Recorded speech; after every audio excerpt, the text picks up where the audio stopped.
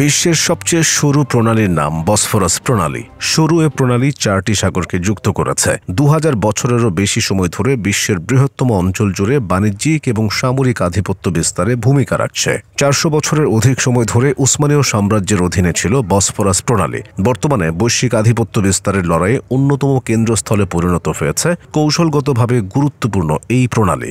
সুপ্রিয় দর্শক বন্ধুরা, আসুন জেনে নেই কেন এত গুরুত্বপূর্ণ এই বসফরাস প্রণালী। বসফরাস প্রণালী কৃষ্ণ সাগর এবং মর্মর সাগরকে যুক্ত করেছে। মর্মর সাগর দারদানেলেস প্রণালীর মাধ্যমে যুক্ত হয়েছে এজিয়ান সাগরে। এজিয়ান সাগর যুক্ত ভূমধ্য সাগরের সাথে। এভাবে 4টি সাগরকে যুক্ত করেছে বসফরাস প্রণালী। বসফরাস প্রণালীর দৈর্ঘ্য 19 মাইল। সর্বনিম্ন প্রশস্ত পয়েন্ট 1 মাইলেরও কম, মাত্র 700 মিটার। সর্বনিম্ন গভীরতা 120 ফিট এবং সর্বোচ্চ গভীরতা 408 ফিট। দারদানেলিস প্রণালীর দৈর্ঘ্য 38 মাইল। সর্বনিম্ন প্রশস্ত পয়েন্ট 750 মিটার বা 1.5 মাইল। ইউরোপ এবং এশিয়া মহাদেশকে পৃথককারী একমাত্র প্রাকৃতিক সীমানা হল বসফরাস প্রণালী। বছরে 50,000-এর বেশি জাহাজ চলাচল করে সরু এ প্রণালী দিয়ে। দৈনিক জ্বালানি তেল বহন করা হয় 30 লাখ ব্যারেল। এ তেল বহন করে মূলত রাশিয়া। বসফরাস প্রণালী এবং দারদানেলিস প্রণালী উভয়ের অবস্থান তুরস্কের মধ্যে।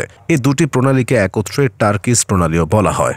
কৃষ্ণসাগর তীরের দেশ রাশিয়া, ইউক্রেন, বুলগেরিয়া, রোমানিয়া এবং জর্জিয়ার বাণিজ্যিক এবং যুদ্ধ জাহাজের ভূমধ্য সাগর ও অন্যান্য সাগরে প্রবেশের একমাত্র পথ বসফরাস প্রণালী। এসব দেশের জাহাজ বসফরাস প্রণালী, মর্মর সাগর, দারদানেলিস প্রণালী হয়ে এজিয়ান সাগর এবং ভূমধ্য সাগরে প্রবেশ করতে পারে। এরপর ভূমধ্য সাগর থেকে জিব্রাল্টার প্রণালী হয়ে উত্তর আটলান্টিক সাগর এবং মিশরের সুয়েজ খাল হয়ে লোহিত সাগর, আরব সাগর আর ভারত মহাসাগরে প্রবেশ করতে পারে।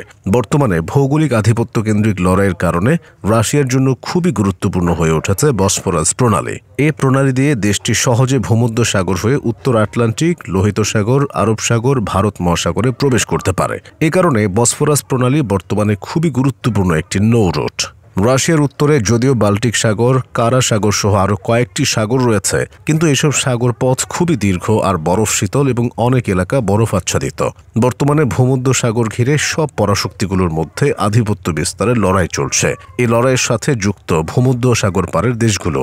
এখানে মোতায়েন রয়েছে যুক্তরাষ্ট্র, রাশিয়া, ব্রিটেন, ফ্রান্স সহ আরও বিভিন্ন দেশের রণতরী। আর ভূমধ্য সাগর ঘিরে বৈশ্বিক রাজনীতির কারণে গুরুত্বপূর্ণ হয়ে উঠেছে তুরস্কের বসফরাস প্রণালী, মর্মর সাগর আর দারদানেলিস প্রণালী। বসফরাস প্রণালী একটি আন্তর্জাতিক জলপথ। ভূমধ্য সাগর আর কৃষ্ণ সাগরের মধ্যে একমাত্র পানিপথ হওয়ায় প্রাচীনকাল থেকে বাণিজ্যিক এবং সামরিক উভয় কারণে এটি একটি গুরুত্বপূর্ণ নৌ রুট। আর বর্তমানে কৌশলগত কারণে এটি আরও গুরুত্বপূর্ণ হয়ে উঠেছে। বসফরাস প্রণালীর উপর আধিপত্য নিয়ে আধুনিক ইতিহাসে ঘটেছে অনেক যুদ্ধ সংঘাত। 1877 থেকে 78 সালে উসমানীয় সাম্রাজ্য রাশিয়া যুদ্ধ। প্রথম বিশ্বযুদ্ধের সময় মিত্রবাহিনী আক্রমণ চালায় দারদানেলিস প্রণালীতে। উসমানীয় সাম্রাজ্য বনাম রাশিয়া যুদ্ধে রাশিয়ার পক্ষে ছিল বুলগেরিয়া, রোমানিয়া, সার্বিয়া এবং মন্টেনিগ্রো। 1453 সালের 29 মে উসমানীয়রা কনস্টান্টিনোপল বা ইস্তাম্বুল জয় করে। এরপর বসফরাস প্রণালীর উভয় তীরে শক্তিশালী দুর্গ নির্মাণ করে উসমানীয়রা, যাতে দীর্ঘমেয়াদে এ প্রণালীর উপর তার আধিপত্য টিকিয়ে রাখতে পারে। 1492 সালে কলম্বাসের আমেরিকা আবিষ্কার যেমন ইতিহাসে স্মরণীয় অধ্যায়, তেমনি 1453 সালে উসমানীয়দের ইস্তাম্বুল জয় ইতিহাসের বড় ধরনের বাক পরিবর্তনকারী অধ্যায় হিসেবে পরিচিত। এর মাধ্যমে অবসান ঘটে রোমান সাম্রাজ্যের সর্বশেষ অবশিষ্ট বাইজেন্টাইন সাম্রাজ্যের।